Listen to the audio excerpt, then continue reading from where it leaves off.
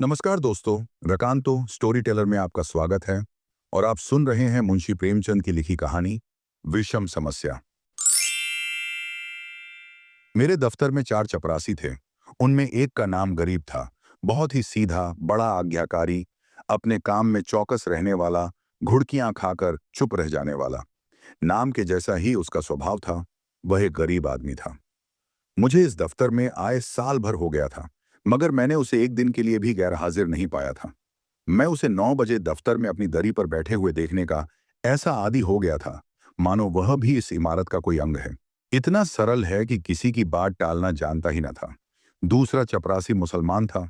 उससे सारा दफ्तर डरता है। मालूम नहीं क्यों। मुझे तो इसका कारण सिवाय उसकी बड़ी बड़ी बातों के और कुछ नहीं मालूम होता। उसके अनुसार उसके चचेरे भाई रामपुर रियासत में कोतवाल थे। उसे सर्वसम्मति ने काजी साहिब की उपाधि दे रखी थी। शेष 2 चपरासी महाशय जाति के ब्राह्मण थे। उनके आशीर्वाद का मूल्य उनके काम से कहीं अधिक था। ये तीनों कामचोर, गुस्ताख और आलसी थे। कोई छोटा सा भी काम करने को कहिए तो बिना नाक भौं सिकोड़े न करते थे। क्लर्कों को तो कुछ समझते ही न थे। केवल बड़े बाबू से कुछ डरते। हालांकि कभी कभी उनसे भी बेअदबी कर बैठते थे। मगर इन सब दुर्गुणों के होते हुए भी दफ्तर में किसी की मिट्टी इतनी खराब नहीं थी जितनी बेचारे गरीब की। तरक्की का अवसर आता तो ये तीनों नंबर मार ले जाते। गरीब को कोई पूछता भी न था और सब 10-10 रुपए पाते थे। पर बेचारा गरीब सात पर ही पड़ा हुआ था। सुबह से शाम तक उसके पैर एक क्षण के लिए भी नहीं टिकते थे। यहां तक कि तीनों चपरासी भी उस पर क्रोध जताते और ऊपर की आमदनी में उसे कोई भाग न देते थे। फिर भी दफ्तर के सभी लोग, छोटे कर्मचारी से लेकर बड़े बाबू तक, उससे चिढ़ते थे। उसको कितनी ही बार जुर्माना हो चुका था और डांट फटकार तो नित्य का व्यवहार था। इसका रहस्य मेरी समझ में कुछ नहीं आता था। मुझे उस पर दया आती थी और अपने बर्ताव से मैं यह दिखाना चाहता था कि उसका आदर मेरी दृष्टि में अन्य तीनों चपरासियों से कम नहीं है। यहां तक कि कई बार मैं उसके पीछे कर्मचारियों से लड़ भी चुका था। एक दिन बड़े बाबू ने गरीब से अपनी मेज साफ करने को कहा। वह तुरंत मेज साफ करने लगा। संयोग से झाड़न का ऐसा झटका लगा कि दावात उलट गई और रोशनाई मेज पर फैल गई। बड़े बाबू यह देखते ही आपे से बाहर हो गए। उसके दोनों कान पकड़कर खूब ऐंठे और भारतवर्ष की सभी प्रचलित भाषाओं से दुर्वचन अर्थात गालियां चुन चुनकर उसे सुनाने लगे। बेचारा गरीब आंखों में अंशु भरे चुपचाप मूर्तिवत, मूर्ति की तरह स्थिर, दुर्वचन सुनता था, मानो उसने कोई हत्या कर डाली हो। मुझे बड़े बाबू का जरा सी बात पर इतना भयंकर रौद्र रूप धारण करना बुरा मालूम हुआ। यदि किसी दूसरे चपरासी ने इससे भी बड़ा अपराध किया होता तो भी उस पर इतना गुस्सा ना होते। मैंने अंग्रेजी में कहा, बाबू साहब यह अन्याय कर रहे हैं। उसने जानबूझकर तो रोशनाई गिराई नहीं। इसकी इतनी कड़ी सजा देना अन्याय की हद है। बाबूजी ने नम्रता से कहा, आप इसे जानते नहीं, यह बड़ा दुष्ट है। मैंने उसके बचाव में कहा, मैं तो इसकी कोई दुष्टता नहीं देखता। बड़े बाबू, आप अभी इसे जाने नहीं। यह बड़ा पाजी है। इसके घर में 2 हल्लों की खेती होती है। हजारों का लेन देन करता है। कई भैंसे हैं। इन बातों का इसे घमंड है। घर की दशा ऐसी ही होती तो आपके यहाँ चपरासीगिरी क्यों करता? बड़े बाबू ने गंभीर भाव से कहा, विश्वास मानिए, बड़ा पोढ़ा आदमी अर्थात नीच आदमी है और बला का मक्खी चूस है। यदि ऐसा ही हो तो भी कोई अपराध नहीं है। अभी आप यहाँ कुछ दिन और रहिए तो आपको मालूम हो जाएगा कि यह कितना कमीना आदमी है। एक दूसरे महाशय बोल उठे, भाई साहब, इसके घर मनोदूध होता है, मनो जुआर चना मटर होती है, लेकिन इसकी कभी इतनी हिम्मत नहीं होती कि थोड़ा सा दफ्तर वालों को भी दे दे। यहाँ इन चीजों के लिए तरस तरस कर रह जाते हैं। तो फिर क्यों न जी जले? और यह सब कुछ इसी नौकरी के बदौलत हुआ है। नहीं तो पहले इसके घर में भूनी भांग तक न थी। बड़े बाबू सकुचाकर बोले, यह कोई बात नहीं हुई। उसकी चीज है, चाहे किसी को दे या न दे।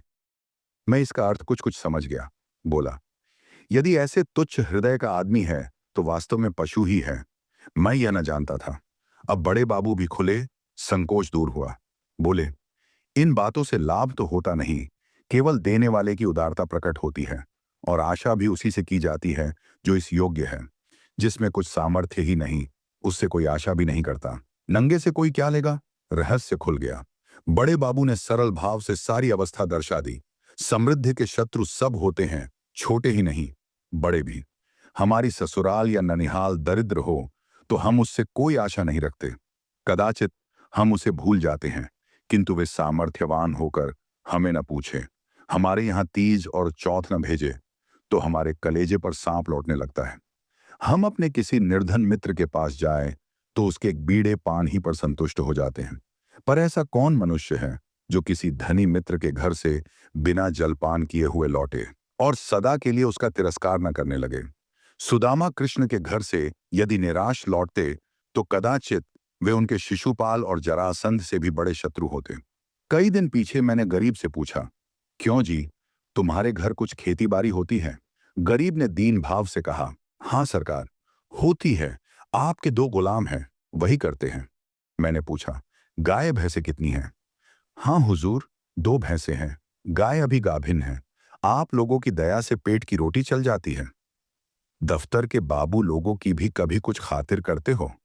गरीब ने दीनतापूर्ण आश्चर्य से कहा, हुजूर, मैं सरकार लोगों की क्या खातिर कर सकता हूं? खेती में जौ, चना, मक्का, जुवार, घास पात के सिवाय और क्या होता है? आप लोग राजा हैं, ये छोटी मोटी चीजें किस मुंह से आपको भेंट करूं? जी डरता है कि कहीं कोई डांट न दे कि टके के आदमी की इतनी मजाल। इसी वजह से बाबूजी कभी हिम्मत नहीं होती। नहीं तो दूध दही की कौन बिसात अहमियत थी। मुंह के लायक कुछ बढ़िया तो होना चाहिए। भला एक दिन कुछ ला के दो तो।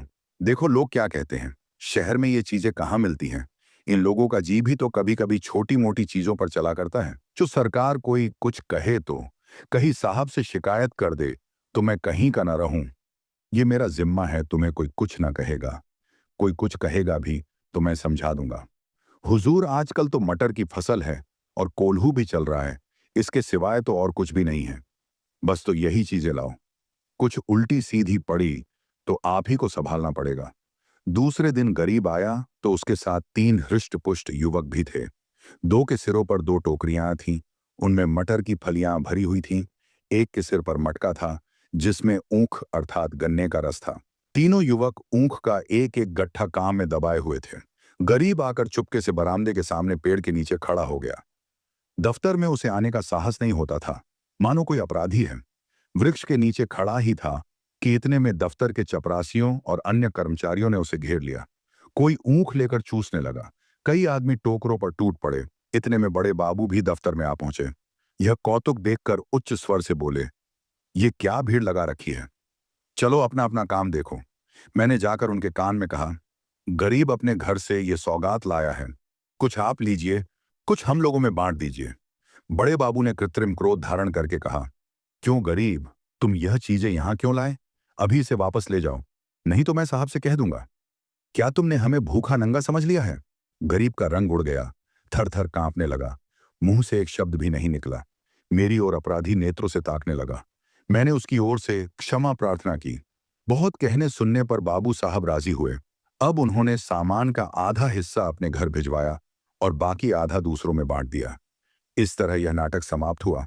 अब दफ्तर में गरीब का सम्मान बढ़ने लगा। उसे नित्य घुड़कियां न मिलती, दिन भर दौड़ना न पड़ता, कर्मचारियों के ताने और अपने साथियों की तीखी बातें नहीं सुननी पड़ती।